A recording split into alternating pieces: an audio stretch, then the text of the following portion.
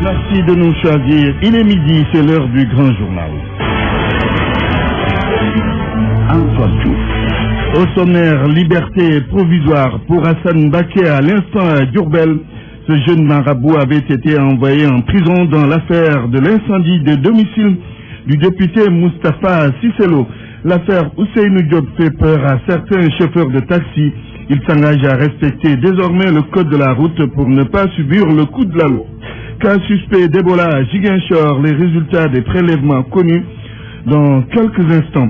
Journée morte dans tous les marchés de la commune de Thiès. Les commerçants sont contre l'organisation d'une foire de l'intégration dans la capitale du rail par un promoteur étranger. Et puis Tabaski 2015, les besoins sont estimés à 742 000 moutons et à la recherche de cet objectif, le ministre de l'élevage Aminata Mbengue Ndiaye est en Mauritanie. À Dakar, à quelques points de vente, mais les moutons sont chers pour l'instant.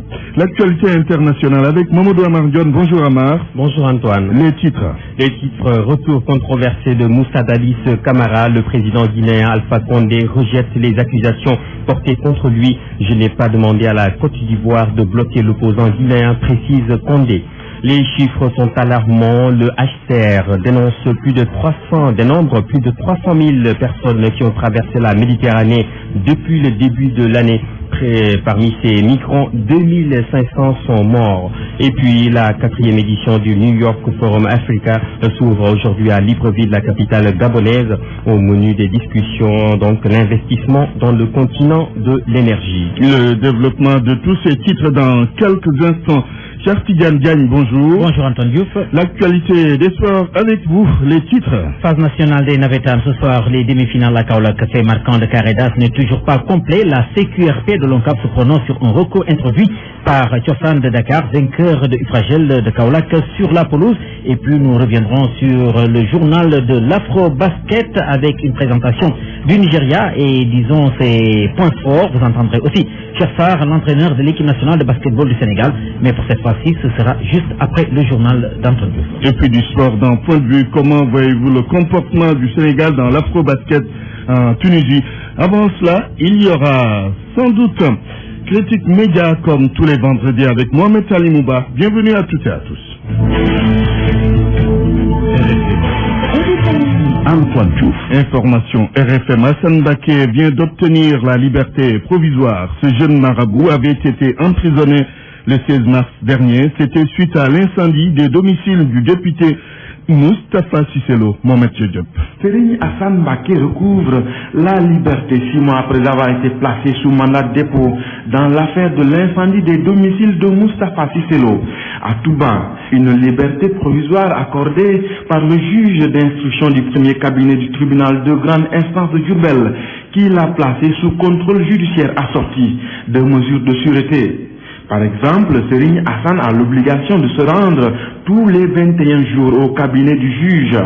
Une interdiction formelle lui est également faite de prendre la parole dans la presse, mais également de participer à toute manifestation publique au cours de laquelle cette affaire est évoquée. Enfin, il ne pourra également sortir du territoire national sans autorisation du juge instructeur. L'instruction se poursuit toujours selon nos sources qui ajoutent que des réquisitions téléphoniques faites et les interrogatoires de témoins ne situaient pas Serigne Hassan Baké dans la zone de Touba au moment des faits. Malgré ces aveux, donc, le travail d'investigation du juge est en train de laver Serigne Hassan Baké à grande eau. Mohamed Diop Toubambaké, RFM.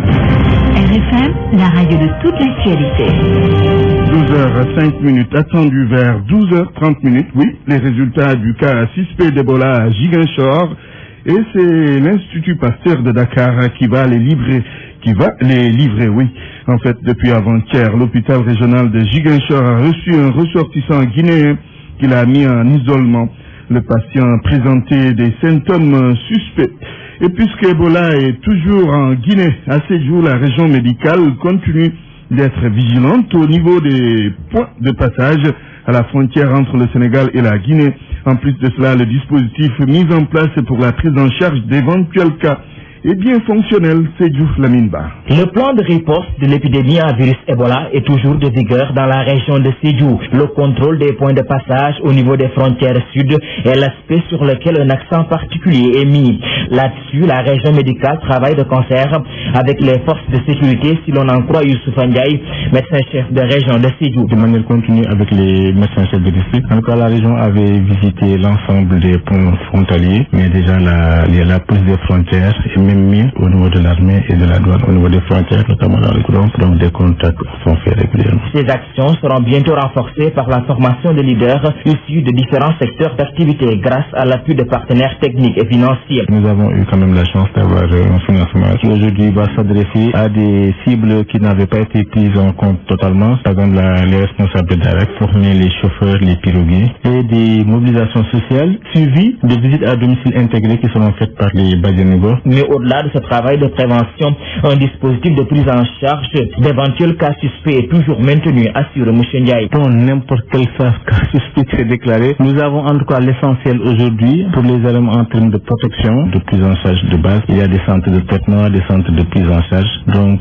tout n'est pas parfait, mais quand même nous avons la base de ce qu'il faut pour pouvoir juguler à un certain niveau. Là où les techniciens de santé sentent un relâchement, c'est du point de vue des comportements pratiques que les populations doivent adopter pour se prémunir du virus. Et c'est pourquoi la contribution des partenaires techniques et de l'État est attendue pour continuer le travail de prévention. Lamine Bassidou, Radio Futur Média. À quelque chose, malheur est bon, c'est ce que dit l'adage avec l'affaire Ousseynou Diop. Certains taximens que nous avons interrogés promettent de respecter maintenant le code de la route. C'est pour ne pas subir la loi dans toute sa rigueur.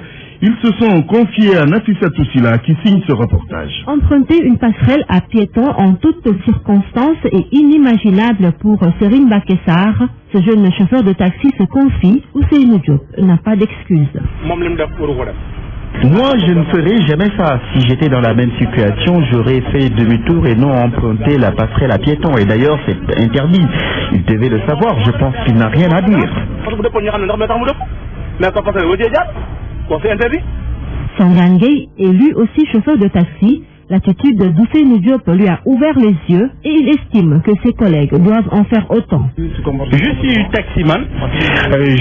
taximan comme lui et je n'approuve guère certaines attitudes. Cela ternit notre image.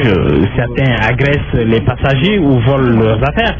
Je pense qu'ils ne sont pas sérieux et ne sont même pas des chauffeurs. Il faut les exclure de notre métier. Cette infraction commise par Ousseynou Diop est minime selon Serine Bakessar. Pour lui, d'autres chauffeurs font pire et il faut impérativement assainir la corporation. Cette affaire nous a vraiment ouvert les yeux. Moi-même, j'ai depuis changé de comportement. Maintenant, je respecte tout dans la circulation. Punir Ousseynou Diop contre cette infraction, le procureur a requis une peine de 2 ans dont 6 mois ferme, une amende de 500 000 francs et le retrait du permis de conduire pour 2 ans, une sanction qui devrait être dissuasive pour les abonnés aux infractions routières. Nafissa Toussila, 29 août 2014, 29 août 2015, c'est demain la date anniversaire du meurtre de notre compatriote Charles Ndour. On a aujourd'hui, la famille du défunt réclame toujours justice et demande au chef de l'État Macky Sall d'intervenir. Écoutons Antoine Ndour, c'est le père de Charles Ndour. Il est joint par El Hadj Daouda Diouf. Permettez-moi tout d'abord de rendre grâce à Dieu de nous avoir donné la foi, la force, la dignité de pouvoir supporter cette douleur. Par contre, il y a un fait. Donc, pour l'avocat, parce que quand on est parti, on avait pris un avocat au niveau du Maroc pour qu'il puisse défendre nos intérêts. Donc, pratiquement, le procès de Charles a commencé depuis le mois de février, je crois. Donc, jusqu'à présent, l'avocat n'est pas parvenu à entrer dans cette fond. Et à chaque fois, il me relance pour me dire où est-ce que vous en êtes avec mon argent. Donc, j'ai fait des correspondances pour faire part au président de la République pour vraiment m'aider à pouvoir régler l'avocat. Donc, parce que moi, la chose que je veux le plus, c'est que justice soit faite pour mon fils. Et tant qu'il n'y a pas un avocat qui défend vos intérêts, je crois que justice ne pourra jamais être faite. RFM, fréquence en modulation, 94.0, la radio en puissance, RFM Midi. Antoine Diouf. Journée morte dans tous les marchés de la commune de Thiès. Les commerçants sont contre l'organisation d'une foire de l'intégration dans la capitale du rail par un promoteur étranger. Suivons tout cela avec Cheikh Anta Diop. Journée morte au marché central de Thiès, ce manifestant annonce la nouvelle.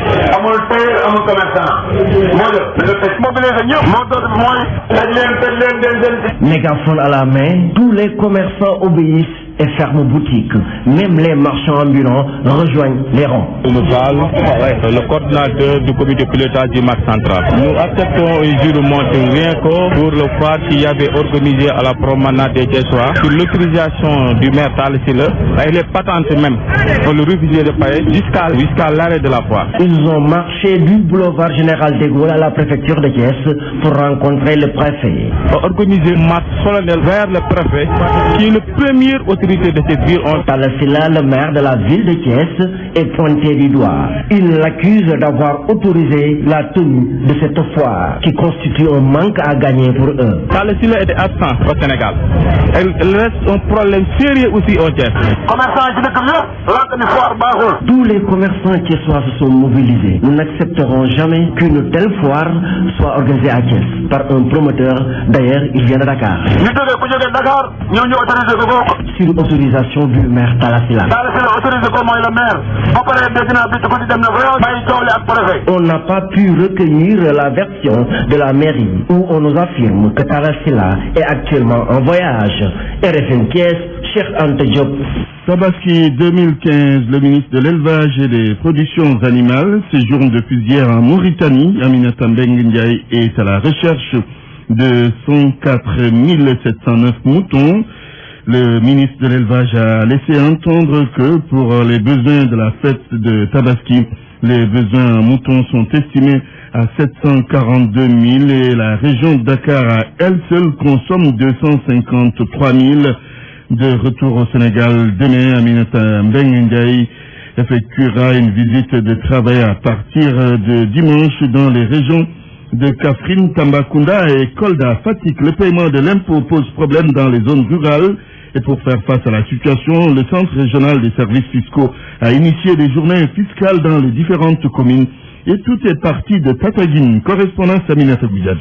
C'est presque tout le personnel du Centre régional des services fiscaux qui s'est mobilisé à Tataguine. Sur place, le principe est d'abord de sensibiliser les commerçants et autres détenteurs de cantines sur l'importance du paiement des impôts. Il faut ensuite demander à ces commerçants de s'acquitter immédiatement de cette obligation citoyenne. Al-Koufeni Sadio, chef du Centre régional des services fiscaux de Fatick. Nous voulons être plus proches des usagers, passer toute une journée avec la collectivité, les sensibiliser d'abord sur la nécessité de leur participation par rapport au fonctionnement de leur collectivité à travers le paiement de leurs impôts. Il y en a qui ne savaient même pas par rapport aux revenus qui étaient tirés des maisons qu'ils ont mis en location qu'ils devaient payer un impôt. Et déjà en mi-journée, plusieurs centaines de commerçants de Tataguine avaient déjà effacé leur ardoise fiscale. Le Centre régional des services fiscaux dit avoir recouvré environ 2 millions de francs CFA. On a vu tout de suite les résultats. En même temps, nous avons organisé une journée de collecte de la CGI. Donc c'est au niveau de la mairie que nous les avons reçus. Et sur place, ils ont pu payer. Nous avons dépassé le million en réalité, alors que c'est juste quelques commerçants. Cette journée fiscale, une initiative à saluer selon le maire de Tataguine de Tchidjouf.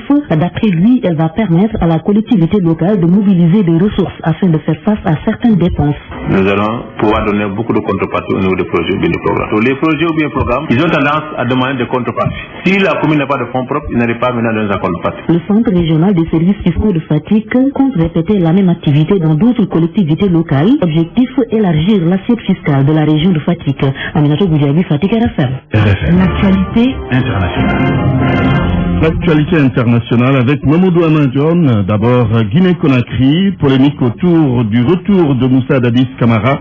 Alpha Condé dégage toute responsabilité, Amar. Oui, Antoine, le président guinéen a précisé hier qu'il n'est pas responsable du retour raté de Dadis Camara. Alpha Condé a ajouté qu'il n'a pas demandé à la Côte d'Ivoire de bloquer la tentative de retour de l'ex-chef de la junte. Moussa Dadis Camara. Les détails avec Ouri Cissé. Le président Alpha Condé nie avoir intervenu auprès des autorités ivoiriennes. Le président guinéen a fait savoir qu'il n'est pas le président de la Côte d'Ivoire. Il a ajouté que la Côte d'Ivoire est un État souverain. Alpha Condé a expliqué que son souhait est de faire la lumière sur les circonstances du massacre du 28 septembre 2009 au stade de Conakry. Il espère que la justice guinéenne fera l'honneur à l'Afrique en étant capable de juger les atteintes aux droits de l'homme et que l'on ne soit pas obligé d'envoyer quelqu'un à la Cour pénale internationale. Le chef de file de l'opposition guinéenne, Cellou Dalein Diallo, a fait savoir à RFI que l'échec de la tentative de retour de Moussa Dadis Camara est le résultat de manœuvres menées par Alpha Condé. D'ailleurs, à Abidjan, l'opposant ivoirien Kouadio Konan-Bertin, député et candidat à l'élection présidentielle, a indiqué à RFI que la Côte d'Ivoire n'avait pas à intervenir dans les affaires intérieures de la Guinée. Selon l'opposant ivoirien, c'est une décision surprenante. Aucune décision antérieure n'a été signifiée à personne que le sol ivoirien était interdit à Moussa Dadis Camara. Il ajoute que le gouvernement ivoirien ne peut pas garder le silence sur cette affaire. Guinée toujours, en lutte contre Ebola. Alpha Condé veut un laboratoire de fabrication de vaccins contre cette maladie. Oui, le président guinéen veut obtenir une homologation rapide du vaccin anti-Ebola et pour cela il faut un laboratoire de fabrication du dit vaccin. Il l'a dit hier lors d'une conférence de presse en prélude au sommet des experts sur Ebola. Une rencontre prévue à Conakry du 18 au 20 septembre prochain. L'information est publiée par guinénews.org. Flux migratoire, le HCR recense plus de 300 000 personnes qui ont traversé la Méditerranée depuis le début de l'année. Parmi ce nombre important de migrants qui ont quitté leur pays pour diverses raisons, environ 200 000 ont atteint la Grèce et 110 000 autres l'Italie.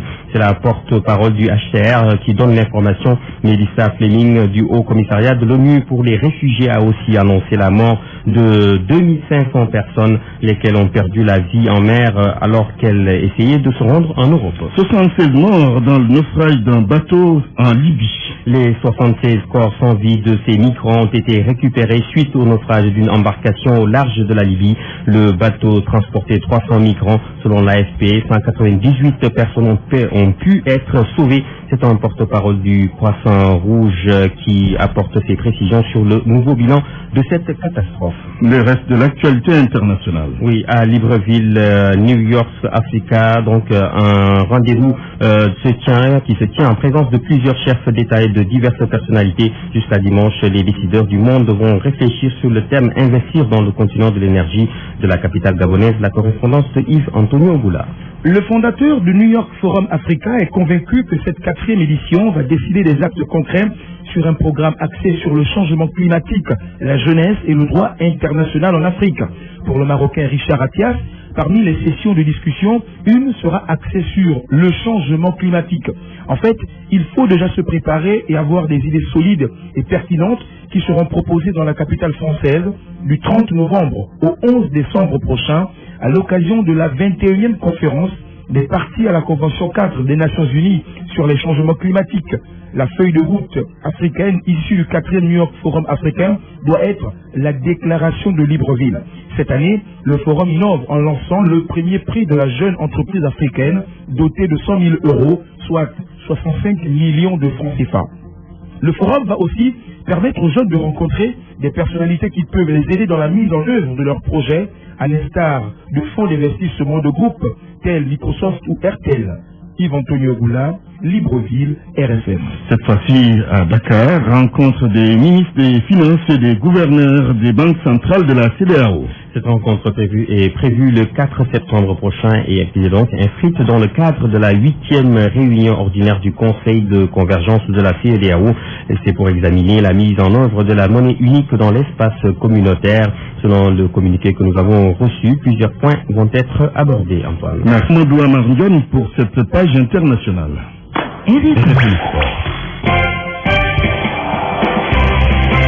Le sport, les Nawetan d'abord, en phase nationale. Ce vendredi, les demi-finales au stade Lamine Gueye de Kaolack à 15h30 de Kondo de Louga contre Ersan de Thiès, 17h30. Moussa Molo de Kolda joue contre Tiosan de Dakar. ou contre Ifragel de Kaolack, le tenant du titre, parce qu'il y a quand même litige. On entend encore la décision de la CQRP, la Commission Qualification Règlement et Pénalités de l'ONCAV. Ifragel de Kaolack, défaite sur la pelouse par Tiosan, a obtenu gain de cause après une réserve introduite contre un joueur dakarois. Tiosan a aussi introduit un recours. Le verdict est attendu. Voyons tout cela avec Ibrahim Adjamé. Alors que tout le monde avait déjà retenu que l'ASC Ifragel était éliminé de cette compétition des phases nationales suite à sa défaite devant Tiosan en quart de finale, mais la détentrice du titre n'a pas lâché du lest. Au lendemain de sa défaite, elle a introduit une réserve portant sur des 4 joueurs qui seraient non valables et que l'ASC Tiosan de Dakar aurait aligné. Hier, la CQRP a statué sur la question et a donné gain de cause à l'Union fraternelle des jeunes de Léona, mais telle une réponse du berger à la bergère. L'ASC Tiosan de son côté qui refuse d'avaler cette pilule amère, elle aussi a introduit un recours en appel. Les dossiers étaient en train d'être étudiés par l'instance dirigeante alors que même les demi-finales sont programmées pour cet après-midi. Qui de Tiosan ou du Fragel donc va remporter la bataille sur le papier. La vérité sera connue sous peu. En tout cas, le programme de départ pour les demi-finales était déjà affiché. À 16h, R100 de Thiès doit faire face à Dekandou de Louga et Moussa Molo de Kolda devrait s'affronter contre Tiosan de Dakar. Ibrahim Djamé Kaolack, Radio Futur Média. L'état du stade municipal de Bargny inquiète les jeunes de la localité. Les projecteurs du stade fonctionnent à peine. Un problème de sécurité se pose. Voilà pourquoi les jeunes du mouvement Nawetan demandent à l'ONCAV de revoir la programmation des matchs dans ce stade. Nous y reviendrons avec Isidore Alexandre Sen. La Ligue 1 française entame aujourd'hui sa 4e journée. Un match avancé à 18h30 accueille l'Olympique de Marseille. Le choc oppose dimanche à 19h Monaco au Paris Saint-Germain qui est leader. C'est tout pour cette page des sports. Parole aux auditeurs. L'actualité, qu'en pensez-vous? Réagissez dans nos éditions d'information sur l'actualité. Bonjour. Oui, bienvenue sur cette antenne d'RFM. Du lundi au vendredi, vous avez la parole sur RFM. Aujourd'hui, on va parler du comportement de l'équipe du Sénégal dans l'Afro-Basket en Tunisie. Ce sera dans quelques minutes.